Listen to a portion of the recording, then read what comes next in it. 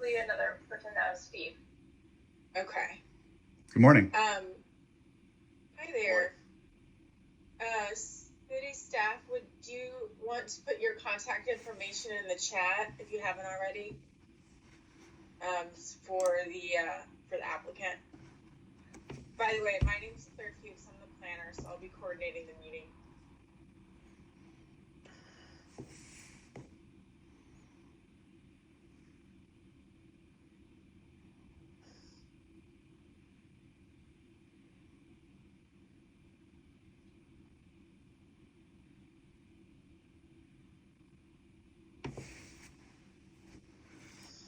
Okay, we've got, are you guys okay with us getting started? Okay. Yep. Okay, I think, Ryan, did you want to go ahead and start us off? Yeah, sure thing. Caught me by surprise though there.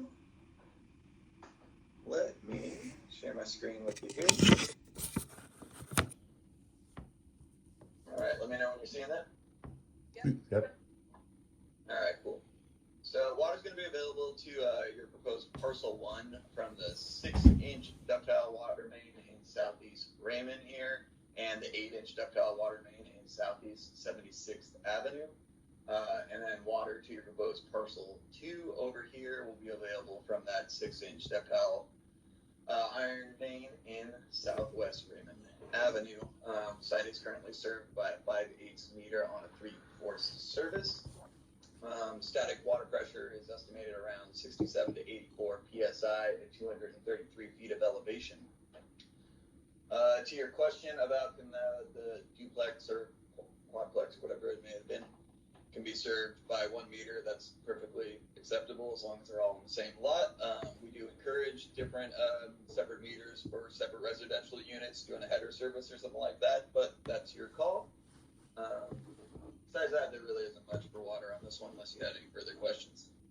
If we did a line in the back and it was presumably like either 1 inch or something like that, I did hear that you do multiple meters off of one line as long as it was 1 inch or higher. How many meters can be attached to one line?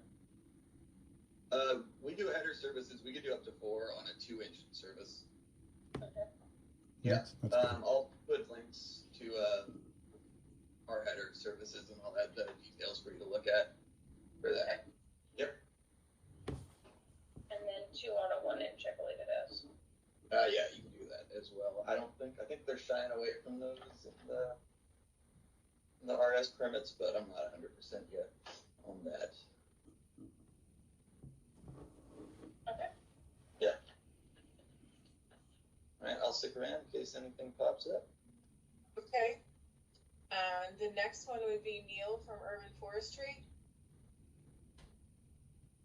Good morning. My review for this one is pretty brief. I'll go ahead and share my screen just so I can refer to the site a little bit.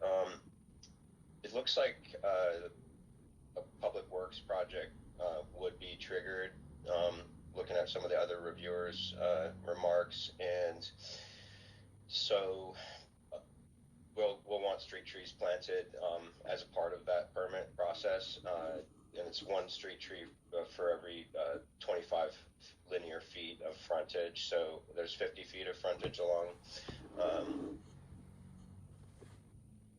southeast 67th here, so we'd be looking to get 2 street trees planted. We'd want to maintain at least 5 feet spacing from any water or sanitary utility connections. And then there was like 135 feet of frontage on southeast Raymond, so we'd be looking to get 5 street trees planted. But again, that'll all be kind of handled through the public works permitting process if it reaches that stage. If you go for LTIC, or if there's some reason that the public works permit doesn't get triggered, we don't require street tree plantings along unimproved right of way. and the existing curb condition here, this too narrow of a strip, so we wouldn't require planting there. And I guess one last detail would be that if through the process of the public works permitting, if through the design review, if potential tree planting spaces get eliminated due to the infrastructure conflicts, we'll apply a fee in lieu of planting for the lost planting space, and that would probably be for like a 2-inch tree,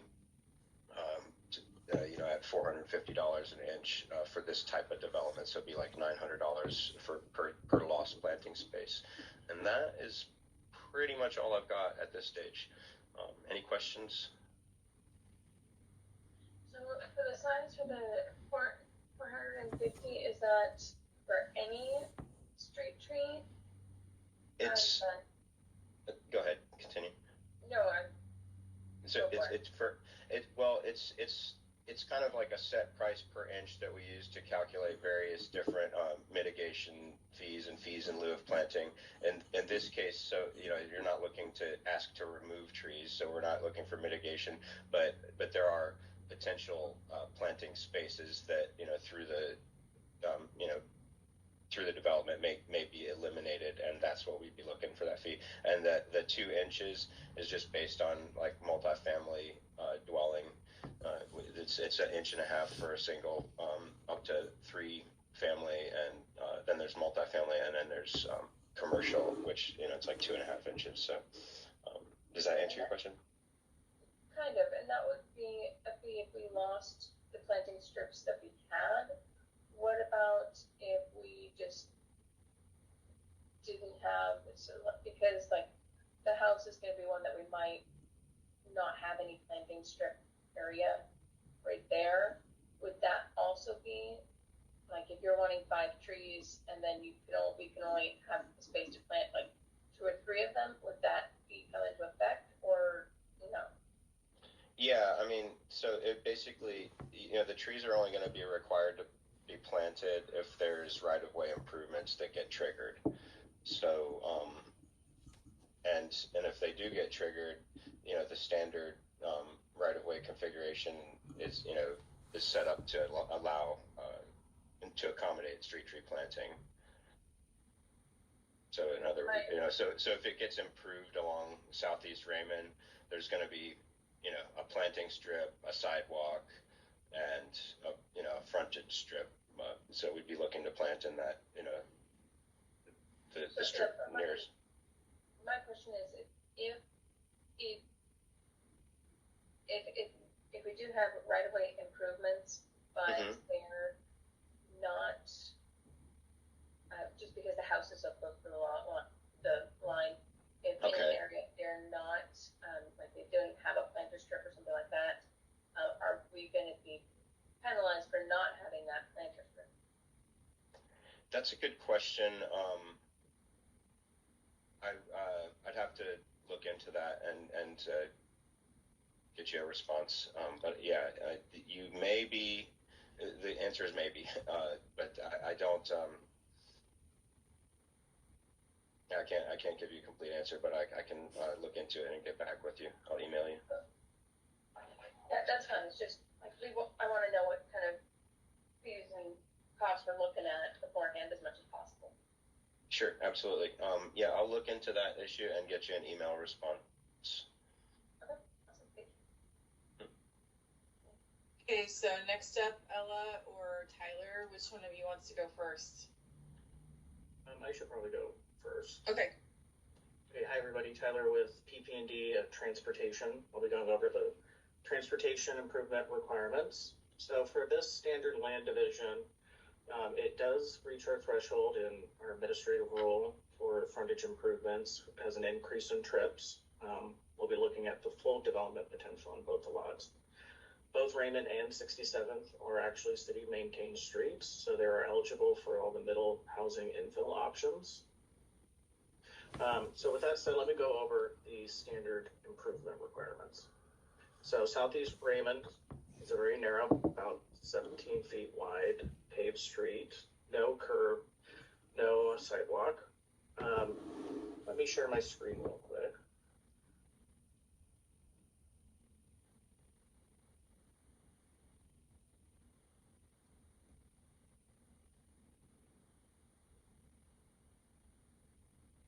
Okay, so let me pull up the tax map.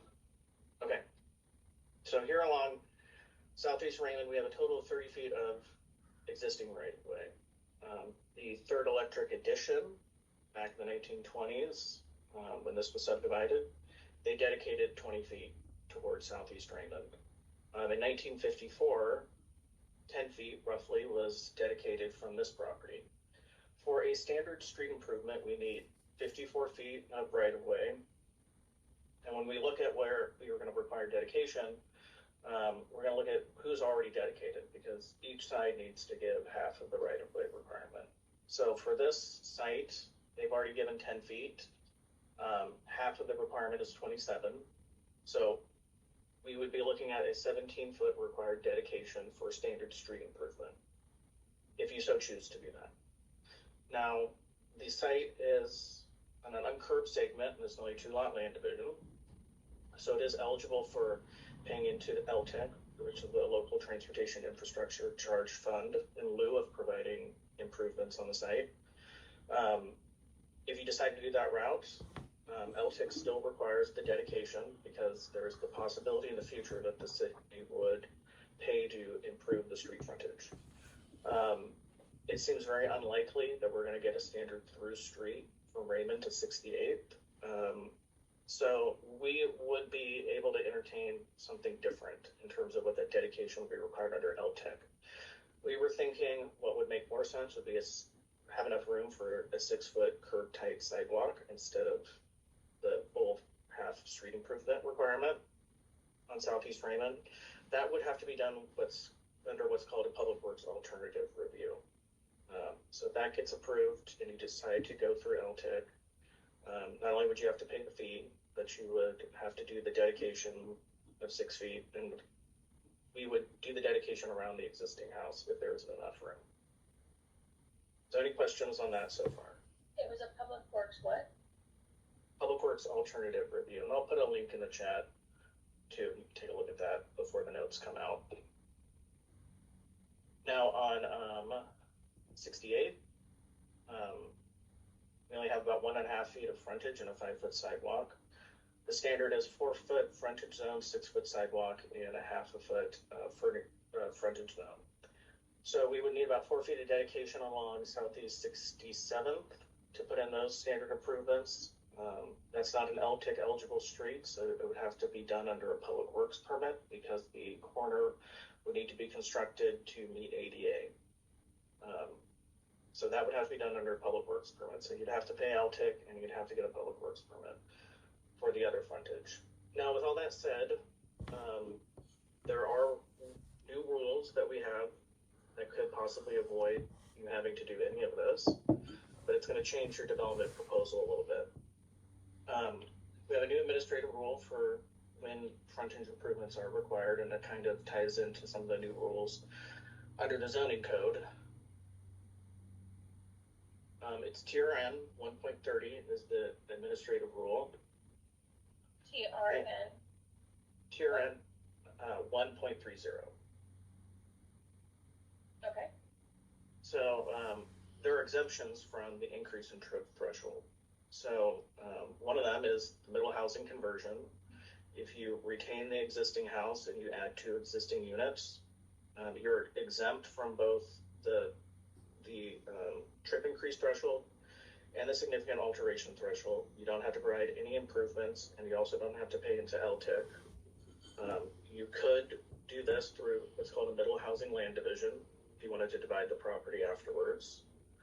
And maybe Claire can speak more to that if you have questions about going through a middle housing land division. But you could possibly do a cottage cluster back there, divide it through a middle housing land division, meeting this exemption, and not have to provide any improvements. Now, if we did a cottage cluster, that would only be for 2 units. Right.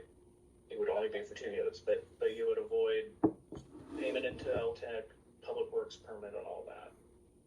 And you would still get to divide the property.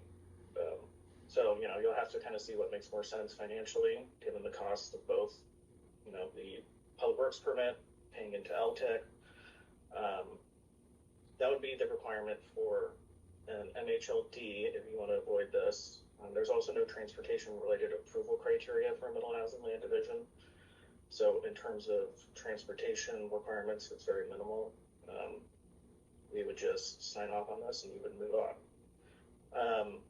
If you want to go through a standard land division, there are transportation-related approval criteria that you'd have to address in the zoning code.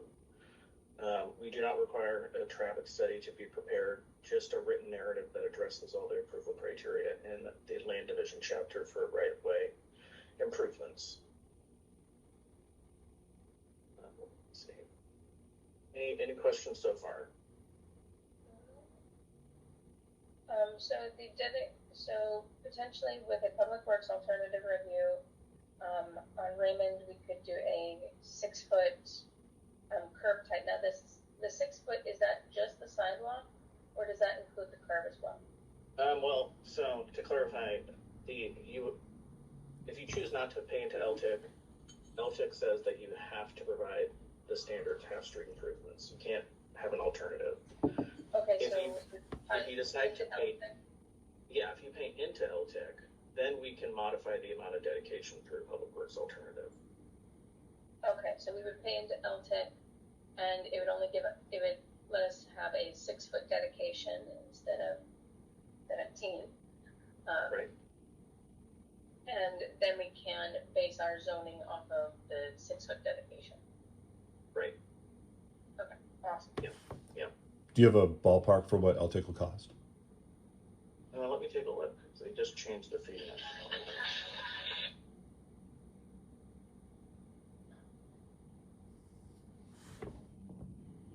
$708 per linear foot.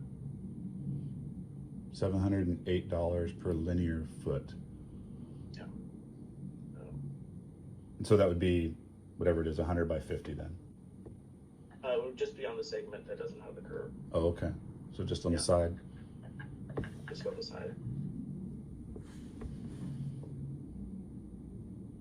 So yeah, those aren't, they're not great options. It doesn't really make sense. I mean, when LTIC was written, it was written, before we had all these changes to the zoning code about all these different development options and single dwelling zones. So it is not written in a way that anticipates these different options. It's definitely something that needs to be updated. It's on the list of PBOT I know to do. Because a lot of these, what would be ideal is that LTIC wouldn't apply for some of these middle housing infill options. Do you know if there is any timeline for those updates, or is it just something they're talking about in the office? It's just something we're talking about in the office, but yeah, I don't think there's any project underway, but it's definitely something that we know that we've told our colleagues at PBOT long range planning that this has been an issue. So, LTIC doesn't align with what the options are now under the zoning code. And so this is how these weird problems come up like this. Okay. And it was a 6-foot dedication on the 67th side, correct? 4-foot dedication on 67. 4 foot. Yeah. But also we would have to build the sidewalk. You'd have to build a sidewalk at 67th and put in the corner ADA ramp under a public works permit. Okay. And still pay into LTIC. Okay. Oh, we would still need to pay into LTIC even if we built the curb? If you decided to do improvements on Raymond, Oh, you'd have to do the... You're talking about Raymond. I thought I was just talking about 67th. So. Yeah, 67th, you're going to have to do the sidewalk and corner ADA ramp. Okay. And for urban forestry, we would only need to plant trees on 67th sides, not Raymond's? That is my understanding that since if you decide to pay LTIC on Raymond, they do not require street trees for uncurbed frontages that don't have a planting strip. Okay. Okay. And then with the public works, you did say that it might be even a shorter dedication, because like if the house is only like 5 or 6 feet from that area, having a dedication that's the 6 foot, we'd be dedicating part of the house. Right. So the administrative rule says, find it, that for these situations where there's an existing building that we dedicate around, basically dedicate around it, up to the building wall and around. Mm. Okay, so right up to the building wall. Yeah. Okay. Well, I guess you're not worried about fire, so. A lot of it doesn't make sense, I know, but that's what I'm working with here. Yeah. I feel it. Okay, well, that's really all I had for transportation. I'm sure you'll have more questions that come up as you're thinking about your next step. Feel free to reach out to me. We can discuss it together, discuss it internally with my colleagues, and see if there's any other solutions that we can come up with that make sense. Okay. Thanks, everyone. Thank you. Okay, Ella. All right. Well, hi everyone. This is Ella Ruth with Environmental Services, and I'll be talking about sanitary service and stormwater management. And I'm just gonna share my screen here. So it sounds like you might be weighing some different options. So I guess what I'll just do is I'm gonna point out we have this purple line here is a 12-inch. Actually, it's a 30-inch CSP combined sewer, so large. And these little black lines that are coming off of it are branches that are going toward the property. And this is actually your actual lateral, which I saw that you put on the supplemental survey that you submitted. But just an FYI here, it looks like if this is existing, most of the time these are mapped correctly, sometimes not.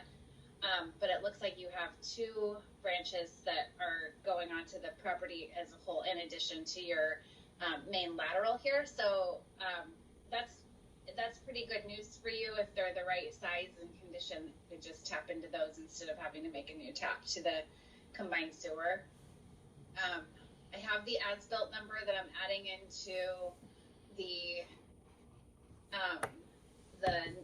my notes, and if I can find it, I'll see if I can figure out what the lateral size is for that. So just so that you know whether or not it's large enough for the development that you ultimately choose to go with. 4 inches good for a single family. I believe 6 inch would be for like multi. Middle housing land divisions, if you do end up going that route, they can have a shared sewer. So you don't have to have a separate sewer connection for each of the units in the middle housing land division. And then it looks like in 67th there is no sewer available within the front of this property. It starts here and goes north. Any questions about sewer before I move on to stormwater management? No. Okay. So I think. Also, did you have a question? I said no. Okay. Yeah. Okay. All right. So for stormwater, I'm going to start, since Tyler did such a great job explaining all of the complicated public frontage improvement requirements. I'm going to just start with that because it's kind of fresh. So you have there is a dry well within the frontage of the property that serves, it looks like it serves the right of way and Raymond and 67th. And so the threshold for stormwater management in the public right of way is 500 square feet of new impervious area. It doesn't sound like you're gonna meet that threshold for the new sidewalk in 67th. If you do for some reason, then we would just look to make sure that this dry well has the capacity to manage any additional flow that's created from that new sidewalk. And then you would not have to build any public stormwater facilities or pay the offsite discharge fee. The offsite discharge fee is allowed for this frontage because there's a curb here. But I don't think you're going to trigger it, and B, if you do trigger it, we can probably just be able to demonstrate through the public works permit that all the water is going here anyway, so therefore it's already managed. So wouldn't worry about public stormwater management on 67th or Raymond for that matter. So let's say you pay into LTIC, that includes all of the stormwater requirements. I guess that then the other option was if you did the middle housing and there's no requirements for public frontage, then that wouldn't trigger any requirements for stormwater in the right of way either. But in any case, if any requirements are triggered, past that 500 square foot threshold, then I do believe that this is a functioning sump. So we would just have that confirmed through the public works permit and move on. Any questions about that? No. No. Okay. For stormwater management on private property, you just need to submit a simplified approach stormwater report with infiltration testing. I don't anticipate any issues with infiltration out here.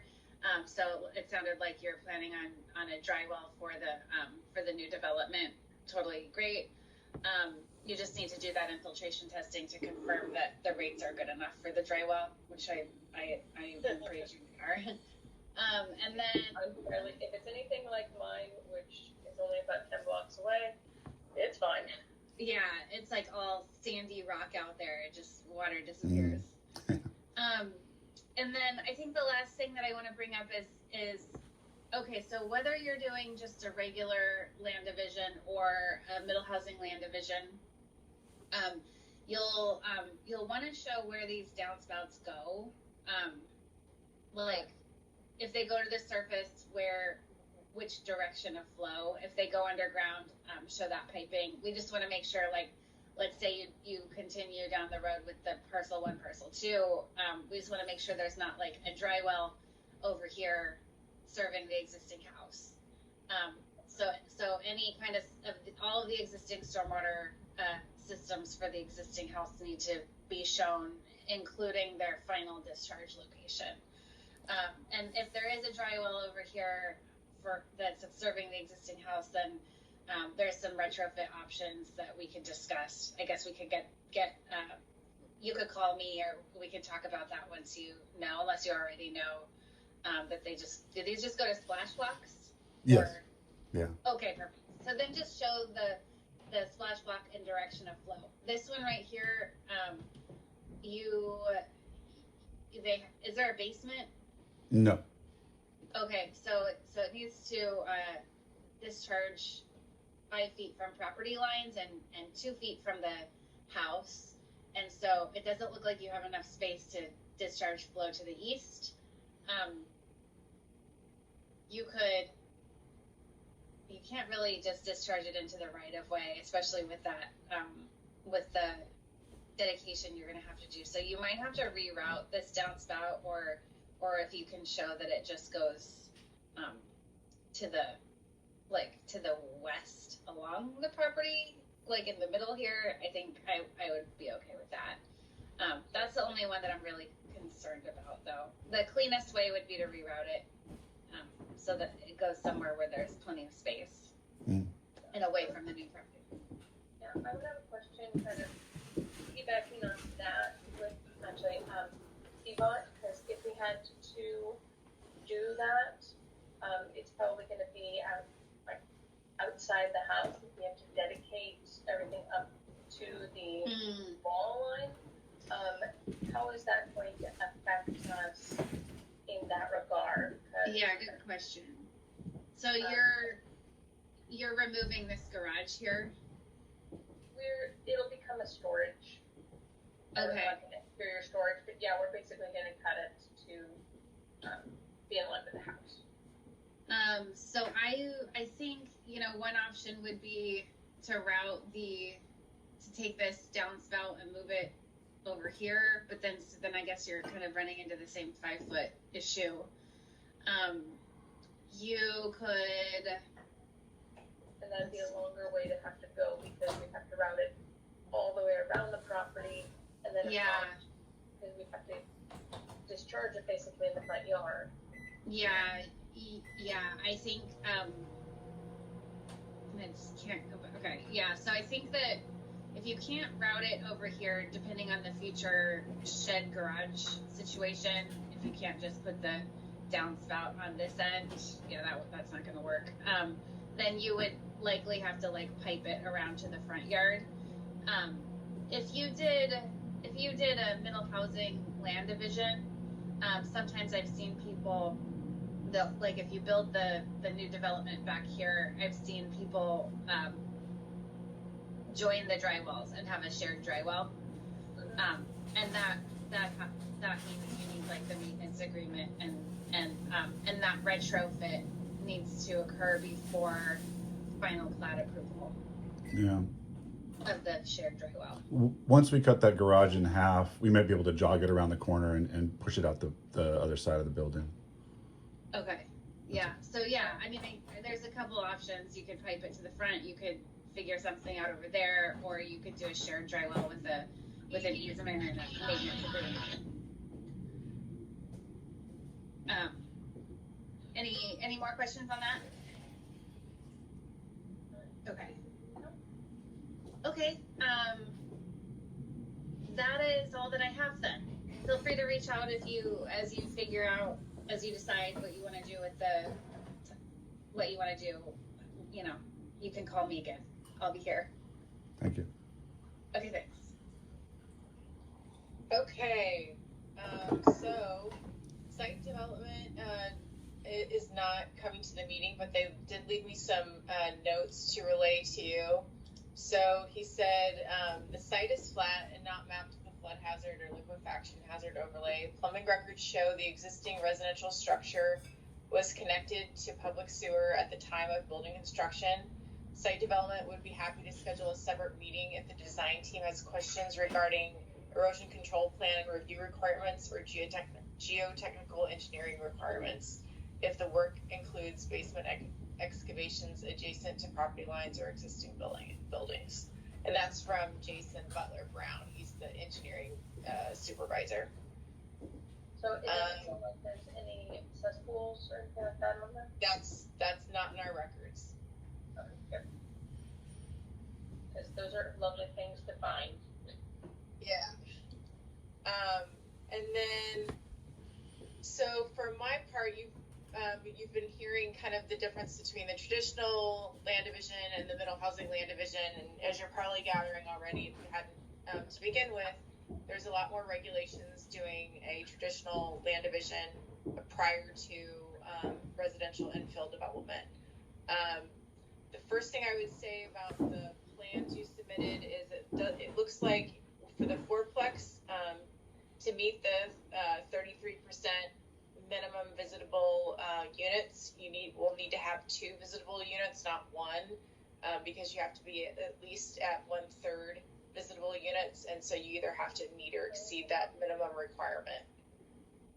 And then the garage, it looked like on the site plan submitted, it showed that you're going to be removing the garage that crosses onto the new property, but not giving it a 5-foot setback. So just make sure it has a 5-foot side and rear yard setback when you do the partial demo. And then, go ahead. Did you have a question? Real quick, would the sign really be, I think it is more than 5 feet, but if it's less than 5 feet, would the sign be, in a sense, grandfathered in? Because we would just be taking the back portion off. Yeah, you're creating a new property line, so it's not a legal non-conforming situation. Even if we aren't adjusting the side lot line at all. It's not the, I don't know whether you're talking about the side or the rear. So let me share my screen here just a second. I just want to be clear on it, so. Yeah. Okay. 1 second. Okay, so this new property line right down here in the middle, this garage, this structure needs to be 5 feet back from the new property line. And it doesn't matter that it's already there. Yeah. Because you're creating a new property line, you have to have it be 5 feet back from that. Yes, absolutely. I'm just saying that we wouldn't, I think it is, I can't read what it is from Okay. north property line. Yeah, if it's, from the north property line, you don't need to do anything. Okay, that was my question. Okay, gotcha. Sorry. The side, sometimes on the corner, sometimes when you talk about side and the rear, you're not sure if they're kind of interchangeable. Okay, and then for the 40-inch tree, you've probably gleaned already that will be important to preserve since it's the only tree of any size on the property. Whether you are going through the tree preservation requirements of a land division or the Title 11 requirements of that are on the property. And then one recommendation we do have is if you do decide to go forward with a traditional land division prior to residential infill, that you not show a 4-plex or a 6-plex or whatever you're proposing on that side. We have a lot of people that do that, and then the neighborhood focuses on the housing and not the land division. And when the housing is allowed by right, and so it's not something they can comment on anyway, or they can, but it doesn't have any bearing on the case. So that's just something I would recommend doing when you submit your. Instead do something like buildable area or proposed building.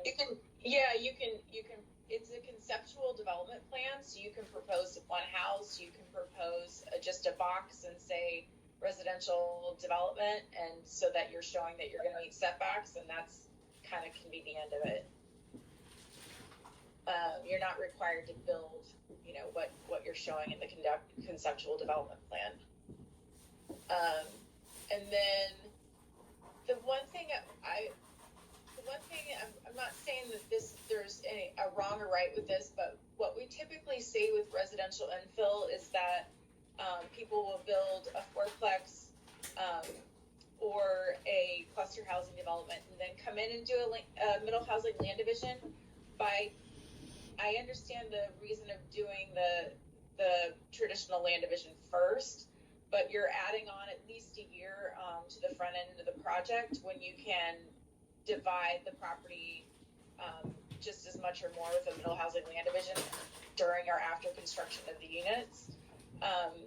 The only caveat with doing a middle housing land division, if we're going a traditional land division, is that when you are trying to keep a single family detached house, you can only propose a cluster housing development, not a 4-plex on the other side, because of the 4-plex along with a single family detached house bumps it up into multifamily, which isn't obviously allowed in this zoning district. So you could do, instead of doing the traditional land division on the front end, you could do the cluster housing development, maybe put like 3 cottages in the backyard and up to 1 in the front yard, and then come back through and do it through a middle housing land division, which is not only has far less regulations, but is a much faster timeline.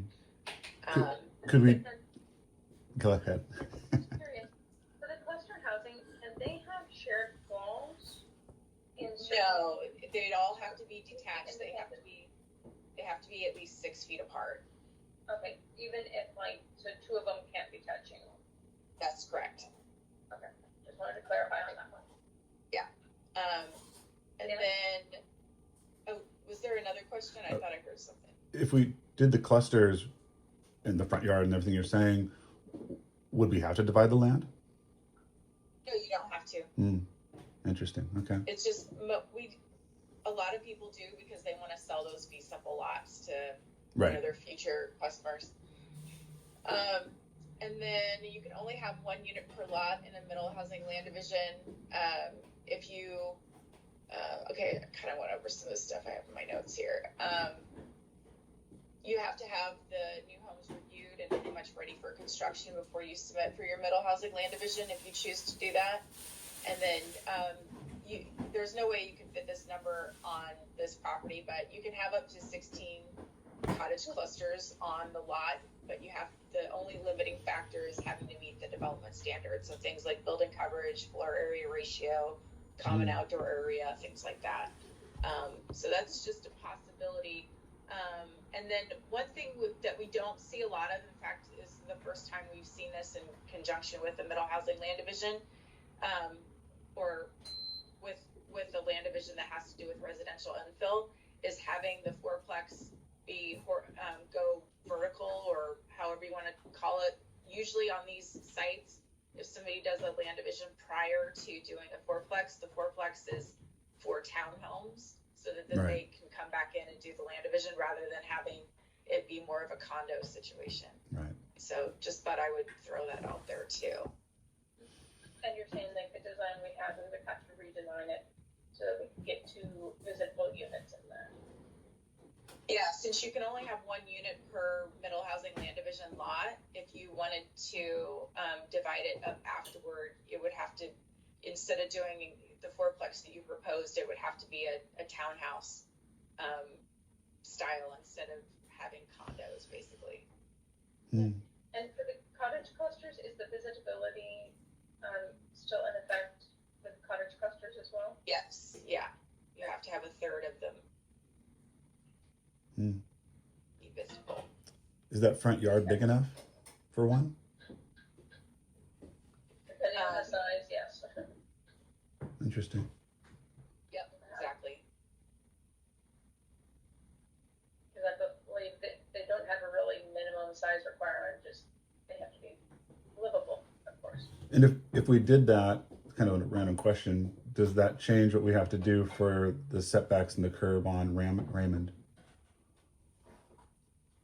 We still have to pay the tick for Raymond. I think if we get it triggered, I believe we do, to my understanding, and they can correct it, but it looks like if we did more than 2 additional units, we would, or does that affect the cottage cluster? Yeah, that's right. So if you're looking to be exempt from any improvements, you would be limited to adding no more than 2 units for the site. Anything more than that will trigger it. Okay. LTIC and frontage improvements on 67. Okay, that's good to know. Thank you. To do a cottage cluster housing development, you only need 3 units. So you could, if you wanted to follow along with what Tyler was saying, yeah, you just do 3 overall, and including the existing house. And we would do a cottage cluster because the cottage cluster, we get a bigger size than say. Yeah. Right. You could bigger size. So the cottage clusters, regardless of how many you have on site, is a maximum FAR of 1,400 square feet each and a maximum building coverage of 900 square feet each. Which already is bigger than 800 max for an 80. Right. Interesting. Now, would coverage come into play for the new units as well? Yeah. Building coverage for a cottage cluster or fourplex? Oh, so for a cottage cluster. So the building coverage for a fourplex is you treat it sort of like the fourplex is its own single family home with all 4 units, and it's the maximum building coverage that's allowed on the lot, which is in 33-110-225. And then the only time that changes is for cottage cluster, then each individual cottage is a maximum of 900 square foot footprint. Okay.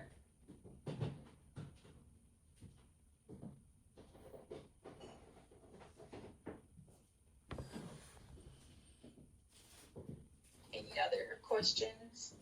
Interesting. If we did the cottage clusters, we wouldn't be really required to cut that garage in half, though, would we? Because there'd be no division. Yeah, there'd be, if you came, unless you came back through obviously and did a MHLD afterward, and then the requirement would just be for that garage would just be 6 feet away from the new cottage. Okay, and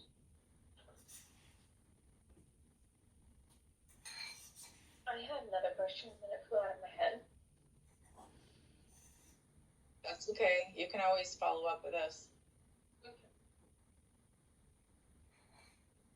Okay. Well, so If we needed to remove the tree, is that something that's feasible? I understand that it is probably a 450 per inch, so that's all right. yeah, so in a traditional land division, there's a lot of options for meeting tree preservation, but because you have one tree, it would be pretty difficult to meet the approval criteria and not save the tree.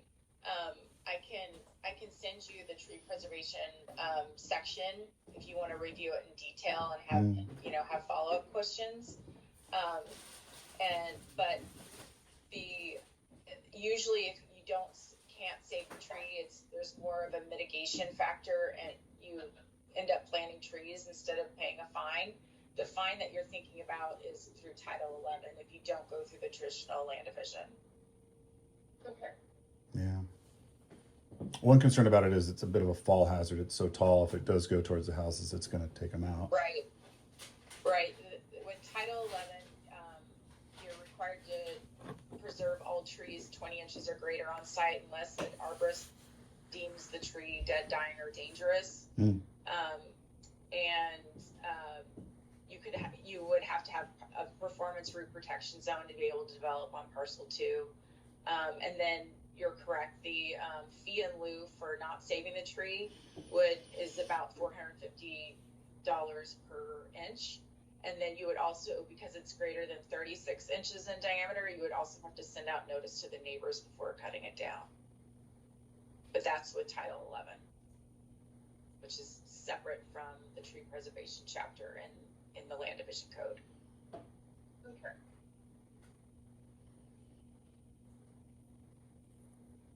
Yeah.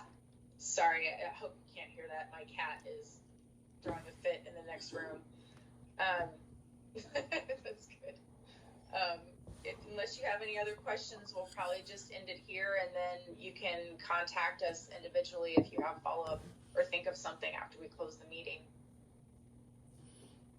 Is there any way to save the chat that's in here? Not that I'm aware of. What people usually do is just scroll over it, and you can scroll over it basically, and then hit Control C to copy, and then open a Word document and dump it in there.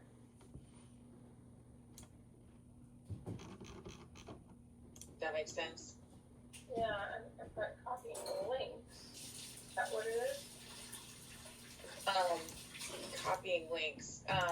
I would just hit your cursor and hit the mouse and then scroll over it and wait for all the, to be covered in blue, and then hit Control Copy.